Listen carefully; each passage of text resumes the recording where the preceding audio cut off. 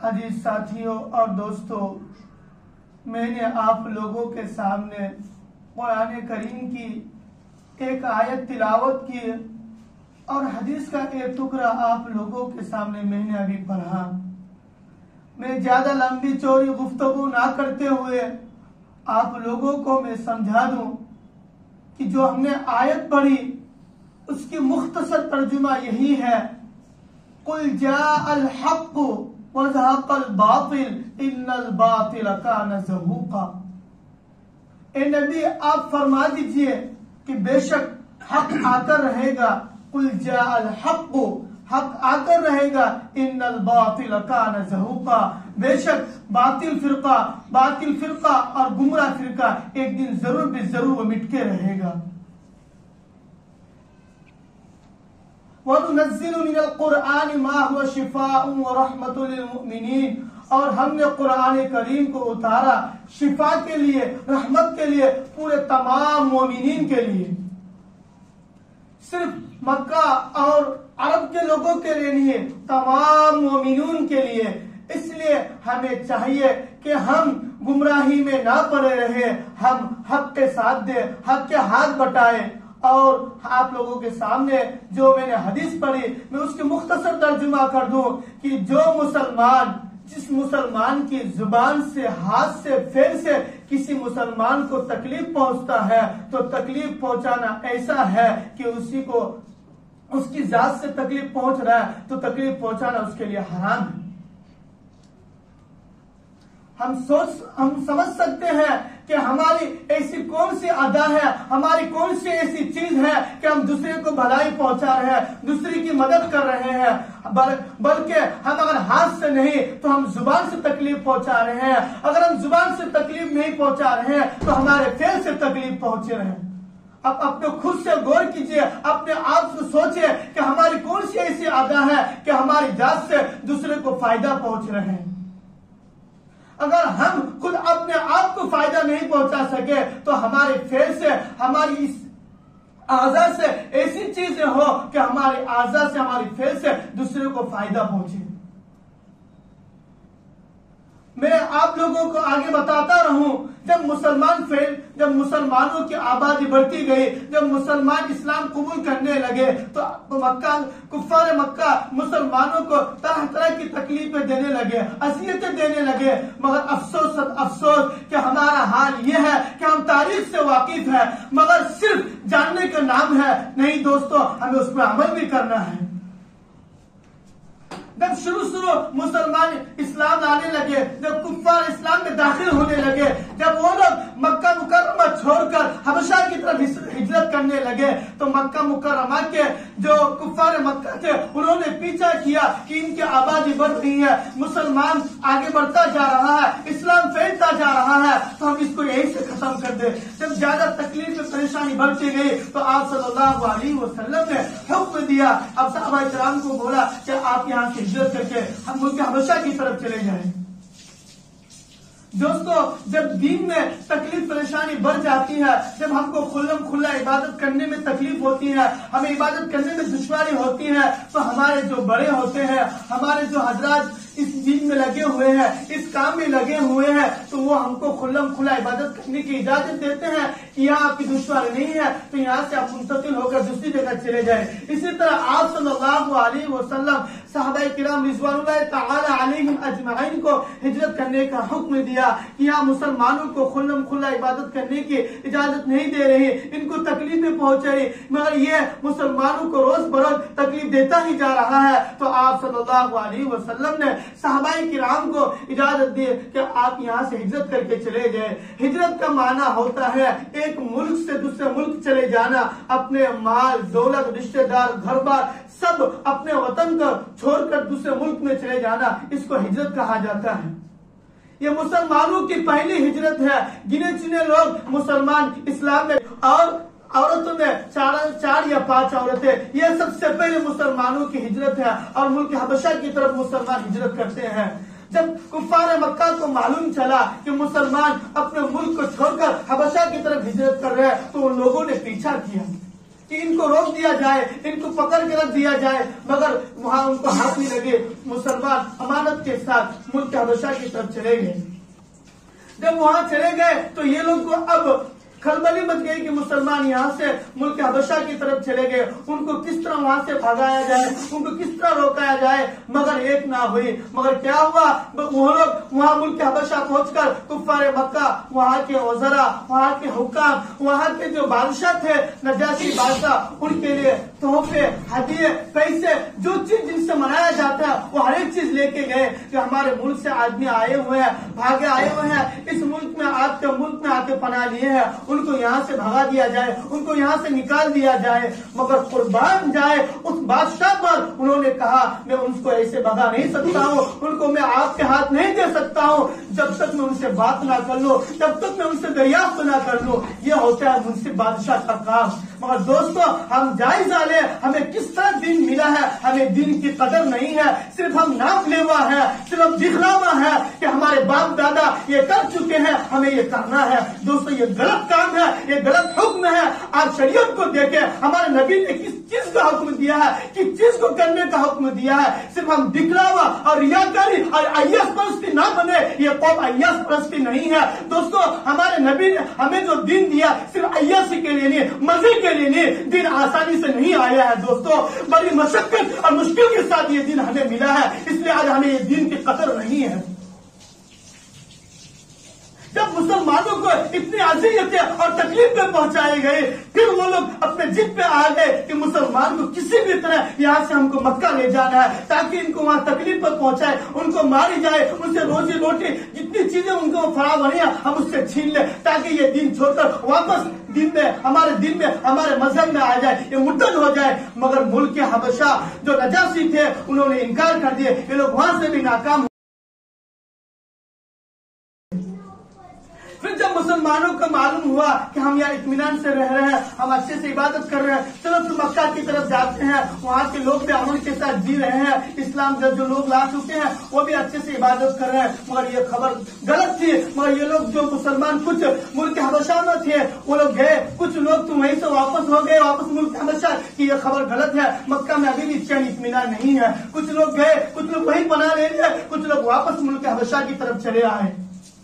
फिर इतनी सख्त तकलीफ मुसलमानों को पहुंचाने लगे तो दूसरे साल फिर 83 मर्द और 18 औरतें फिर ये दूसरे हिजरत किए मुल्क हबशा की तरफ, कि उनको मालूम है जो सन नबुवत के 5 बरस के बाद रजब के महीने में जो मुसलमान मुल्क हबशा की तरफ गए हैं वो अमन और अमान के साथ दिन गुजार रहे हैं, उनको इबादत में इबादत को उनको फरावनी है, उनको इबादत करने दे रहे हैं, उनको कोई तकलीफ परेशानी नहीं है, वो अमन के साथ जिंदगी गुजार रहे हैं। तो ये लोग भी दूसरे साल ये लोग मर्द 83 और 18 औरतें ये दूसरे हिजरत की, इनको बोलते हैं हिजरत सानिया।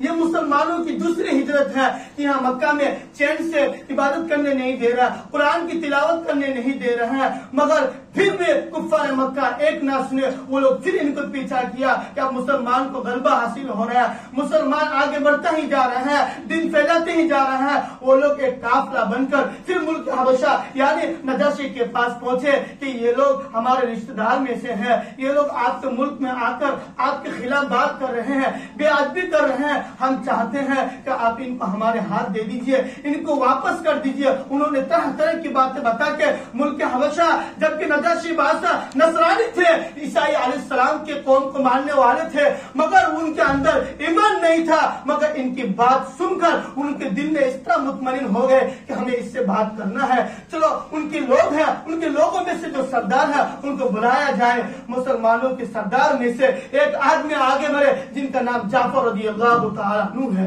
वो डर रहे थे पहले कि मुल्क हबशा यानी नजाशी बादशाह जो हम लोगों को बुला रहे हैं हमको शायद मारेंगे, हमको भगा देंगे, क्योंकि ये लोग पहले से हदिया तोहफे बादशाह को, वज़रा को, हुक्काम को दे के रखे थे ताकि हम बात करें तो इनको मेरे हाथ दे दे और हम इन लोगों को ले आके मक्का में अजियत दे, तकलीफ में पहुंचाए, मगर मुल्क के हबशा पर कुर्बान जाए कि उन्होंने पहले एक बात कही कि मैं आप लोगों के हाथ बगैर तहकीक के, बगैर बात करके मैं आप लोगों को इनके हाथ नहीं दे सकता हूँ।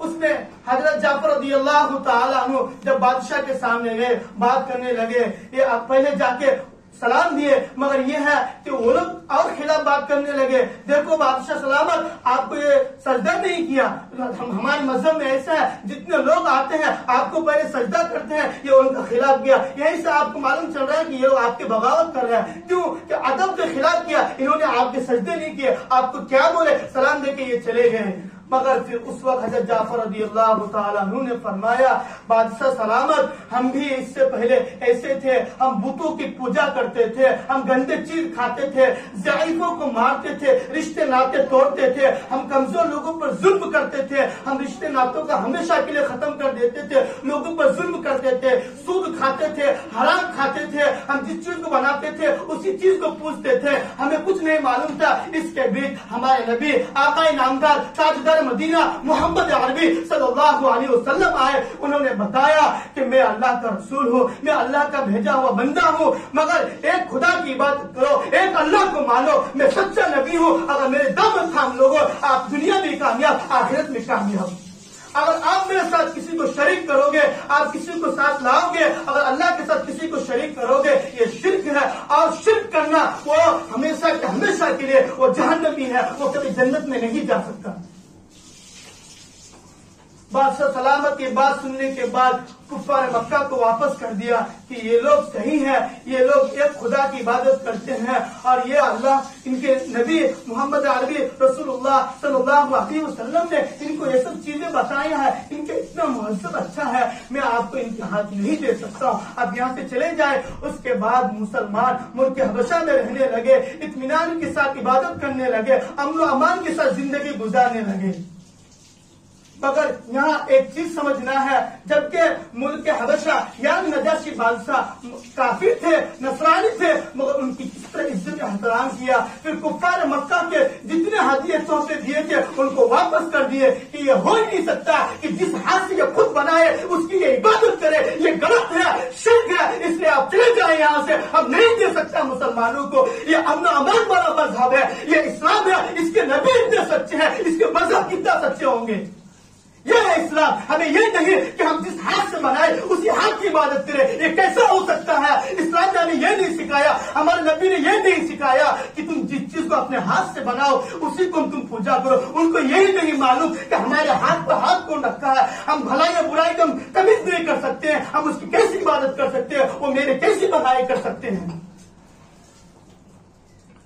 आप बहरहाल सुन चुके हो इब्राहिम अलैहिस्सलाम के वाकयात कि इब्राहिम अलैहिस्सलाम नतीजा नबी बचपन से मासूम होते हैं, मगर इब्राहिम अलैहिस्सलाम को जो तकलीफ में परेशानी हुई और हम सब वाकिफ है इनसे, मगर मैं मुख्तसर बात आप लोगों को बता दूं ताकि आपकी जो जहन में गलत बातें हैं वो साफ हो जाए। इस तरह कि इब्राहिम अलैहिस्सलाम जब उनको वादिया बाजार में जाने के लिए बोले, इब्राहिम अलैहिस्सलाम इनकार कर दिए कि चलो मेला लगे हैं, बाजार लगा, चले हमारे साथ, हम नहीं जा सकता ना सकीम हूं, मैं बीमार हूं। मगर नबी झूठ भी नहीं हो सकता, हकीकत के माने में नबी बीमार नहीं थे, वो दिल के बीमार थे कि ये चीजें जो हो रही है ये गलत है, मैं कैसे उस चीज की इबादत करूं, उस चीज को कैसे मानूं। मगर कुर्बान जाए इब्राहिम अलैहिस्सलाम पर, उनकी दिमाग तो देखो, उनके अकल तस्लीम तो देखो। मगर इब्राहिम अलैहिस्सलाम ने जब ये चीजें की कि इनकी जो बड़े हैं, इनको जो मानते हैं, इनको आजमाने के लिए मैं देखता हूं जब इनको खुदा मानता है, इनकी ये पूछते हैं तो हम देखते हैं उनके मुंडी, उनके हाथ, सर सब तोड़ दिए और कुल्हाड़ी उनके गर्दन को लटका दिए।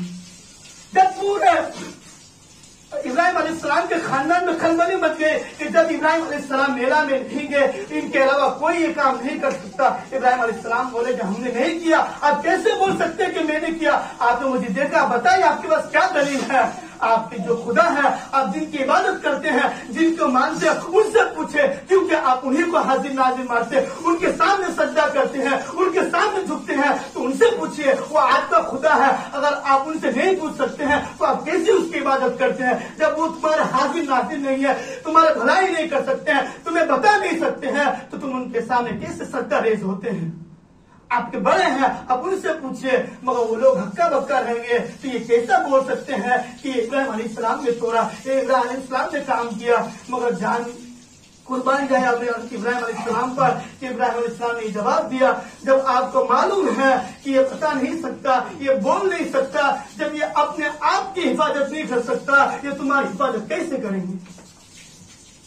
तो दोस्तों, जो जिस चीज को हम खुद से बनाए, हम उन्हीं के सामने सजदा रेज हो जाए, तो ये हमारे लिए बहुत ही शिर्क है कि हम अल्लाह के साथ किसी और को साथ में शरीक कर रहे हैं। इसलिए हम अल्लाह के अलावा किसी को शरीक नहीं कर सकते। सिर्फ वाहिद तन्हा अकेला वो अल्लाह है जो रात करता है, दिन करता है, वो मरते दम तक क़यामत तक बाकी रहेगा। अच्छाई और बुराई हर एक चीज का मालिक वो अल्लाह है। मगर हम तसव्वुर करें, हम गौर करें कि दोस्तों हम जिंदगी किस तरह गुजार रहे हैं, हम किसकी इबादत कर रहे हैं, किसको मान रहे हैं। अब तो पर्दा को खोलो, हम गुनाह करते ही जा रहे हैं, हम गुनाह करते ही जा रहे हैं। दोस्तों, मैं एक चीज यहाँ बता दूं कि आप अपने बाप दादा को मत देखिए।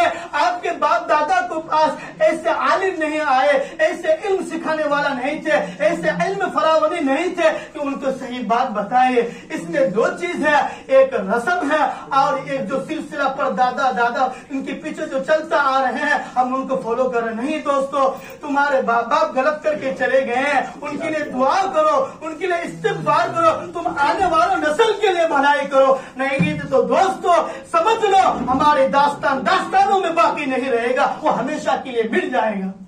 तुम्हारे बाप को कौन याद करने वाला है? तुम्हारे दादा को कौन याद करने वाला है? तुम्हारे मरने के बाद तुम्हारे औलाद तुम्हें अच्छे तरीके से याद करेंगे कि हमारे बाप ये हमारे लिए अच्छी चीज छोड़ के गए हैं, अच्छी चीजें बता के गए हैं।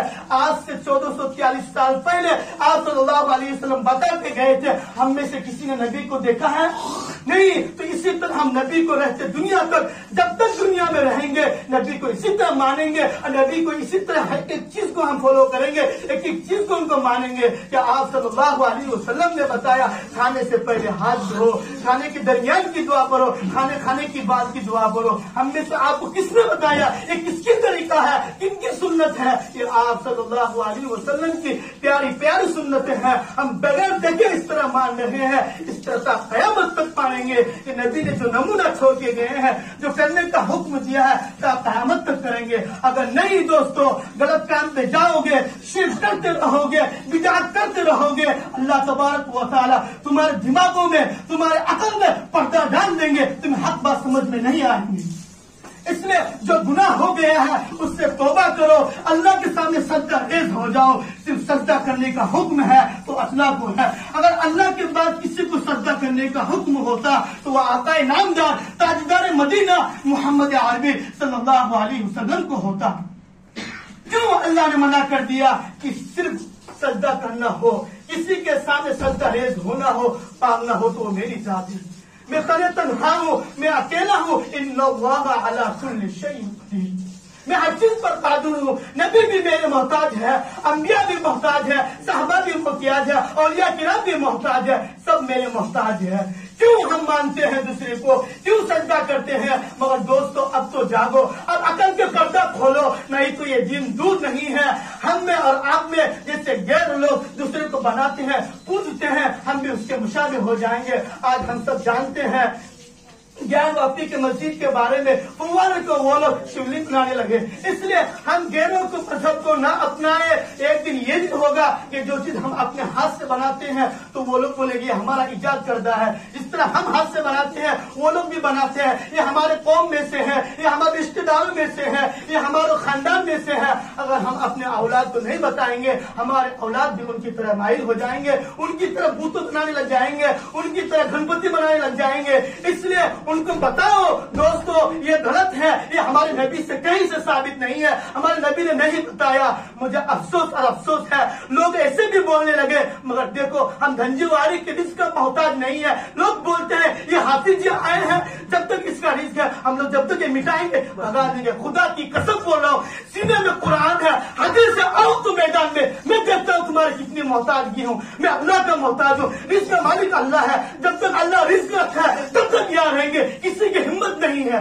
दोस्तों हम रिस्क का मोहताज नहीं है, मैं अल्लाह का मोहताज हूँ। आप डर न कीजिए, हमारे साथ अल्लाह है। जिस कौम ने नबी को नहीं छोड़ा, नबी को पत्थर से लहूलुहान कर दिए, ताइफ के मैदान में गए थे कि हमारे रिश्तेदार है, ये हमारे खानदान है, हम हमारे यहाँ रजाई माँ बाप है, हम इसलिए दिन फैलाने आए हैं। मगर वादों के नहीं सुने, इतने मारे पत्थर से लहूलुहान कर दिए। मगर ये नुक्ता है, जब नबी का खून जमीन में गिरता है अल्लाह की कहर नाजिल होता है। मगर साहबा इकराम पर कुर्बान जाए, उन लोगों ने खून को इस तरह बदन में लगाने लगा कि नबी की खून जमीन में ना गिर जाए, इस वक्त अल्लाह की कहर नाजिल ना हो। फरिश्ते आ गए, ए नबी आप हुक्म दीजिए, इन दोनों बस्ती को कुचल देंगे। मगर आप सल्लल्लाहु अलैहि वसल्लम ने हुक्म नहीं दिया। ये नादान है, ये नासमझ है, ये बेवकूफ है। अगर ये समझ जाता तो मुझे नहीं मारता, मैं अल्लाह का नबी हूँ, मैं सच्चा रसूल हूँ, इनको नहीं मानो। अगर ये ना समझ है तो इनके औलाद समझेंगे, उनसे दिन फैलेंगे। अगर यही से इनको कुचल देंगे, मिटा देंगे तो दिन यही से खत्म हो जाएगा, फिर आगे का सिलसिला जारी नहीं रहेगा। इसलिए दोस्तों तुम इस वहम में, इस चीज में ना पड़े रहो कि हम जो चीज कर रहे हैं हमारे जाने के बाद हमारे औलाद करेंगे। नहीं दोस्तों, तुम्हारे पीछे लोग मेहनत कर रहे हैं, काम कर रहे हैं। मैं आप लोगों के सामने जो कुरान करीम के आयत पढ़ी, कुल जा हक़ व ज़ाक़ल बातिल इन्नल बातिल कान ज़हूक़ा, ये मेरे कलाम नहीं है। मैं झूठ हो सकता हूँ, कज़्ज़ाब हो सकता हूँ, अल्लाह का कलाम, अल्लाह की बात के लिए झूठ नहीं हो सकता है। बेशक हक आकर रहेगा और बातिल मिटकर रहेगा। दोस्तों गौर तो कीजिए, हम कहाँ चले जा रहे हैं जो शरीयत में नहीं है। हम नई नई चीजें ला रहे हैं जो शरीयत में नहीं है। नई चीज को लाना, खुराफात को लाना, यही बिदअत है और बिदअत शिर्क है। शिर्क अल्लाह के साथ किसी और खुदा को शरीक करना। जो शरीयत में नहीं है हम उनको नई चीज में लाएंगे, अल्लाह हमें माफ नहीं करेंगे। अगर हम दुनिया में अपने हयात में तौबा कर लिया तो अल्लाह हमें माफ कर देंगे। अगर इसी हालत में चले गए तो कुफ्फार के साथ हमारा भी हश्र होगा, हम भी हमेशा हमेशा के लिए जहन्नम में रहेंगे, हमें जन्नत में दाखिल नहीं किया जाएगा। दोस्तों इसलिए आलिम उलमा के साथ बुग़्ज़ मत रखो, हसद मत रखो। अगर अच्छाई नहीं कर सकते हो, भलाई नहीं कर सकते हो तो सही निगाहों से देखो, मोहब्बत से बात करो, गलत अल्फाज मत इस्तेमाल कीजिए, नहीं तो अल्लाह तबारक व तआला इस तरह तबाह करेंगे, दुनिया की भी नहीं रहोगे, आखिरत की भी नहीं रहोगे। क्योंकि आलिम का चलना भी इबादत है, सोना भी इबादत है, पढ़ना भी इबादत है, बात करना भी इबादत है। मौतुल आलम मौतुल आलिम, एक आलिम का मरना पूरे आलम का मरना। क्यों कि एक आलिम को जब दस्तारबंदी बांधी जाती है, जब उनको सर्टिफिकेट दी जाती है, पूरे आलम के लिए दी जाती है, उनको रहनुमाई की, उनकी नसीहतें की जाती है, बेटा ऐसे काम करना, ऐसे लोगों के साथ हाथ फेरना कि उनको दिन की सही समझदारी अता फरमाए, लोगों को सही समझ दे। दोस्तों ये चीज मैं नहीं बोल रहा हूँ, आप जिनको मान रहे हैं, जिनसे आप मुंसलिक हैं, आप उनसे भी पूछिए। इसलिए मुझे बहुत अफसोस हुआ कि आलिम उलमा की बुराई ना कीजिए, नहीं तो ऐसा होगा दोस्तों, खानदान क्या नस्लों में आलिम उलमा पैदा नहीं होंगे। ना आलिम उलमा की निस्बत में रह सकते हो, ना आलिम उलमा की बात में समझ में आएगी। क्यों कि जिससे आपका हसद होगा, गुस्सा होगा, नफरत होगा, उसकी बातें आपको कैसे समझ सकती है।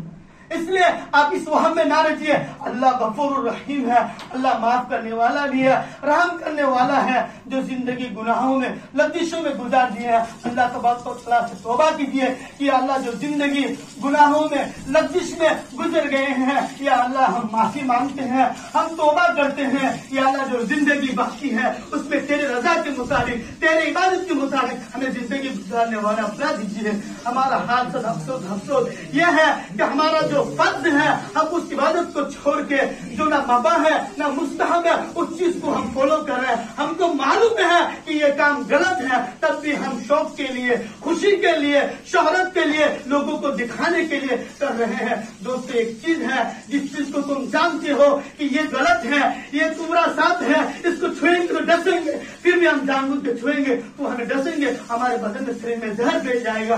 इसलिए ऐसे ही है, जिस चीज को हम जानते हैं कि ये गलत है और समझ भी रहे हैं कि गलत है, उसके बाद भी हम करेंगे तो उससे हमें दोहरा गुनाह मिलेगा। इसलिए अल्लाह बोलेंगे इनको सबसे ज्यादा जहन्नम के हिस्से में डाल दो, ताकि इनकी बातें सुनी नहीं जाए, इनकी चीखें सुनी नहीं जाए। इनको डांट लो मुनाफिकों के साथ, ये जहन्नमी है, ये जानते थे, लोगों को भड़काते थे, इनसे दिन को इतना नुकसान हुआ, इतना मेरे बंदे को भड़काया, गलत काम पे लगाया, ये लोगों को सारे सवाल के लिए छोड़ के आया, चलो इनको जहन्नम में डाल दो। इसलिए आपको ऐसी फेल ना करके जाओ कि आपके जाने के बाद भी लोग उस चीज पर अमल करें, उस चीज को इजाद करें। इसलिए अपने जिंदगी में, अपने हयात में उस चीज को खत्म कर दो, मिटा दो। अगर कहने सुनने से कुछ गलती हो गया, बढ़ाई कर मुझे माफ कर देना। अल्लाह तबारक व तआला हम सबको कहने सुनने से ज्यादा अमल करने की तौफीक अता फरमाए। व आखिर दावाना अल्हम्दुलिल्लाहि रब्बिल आलमीन। दिन की सुन्नत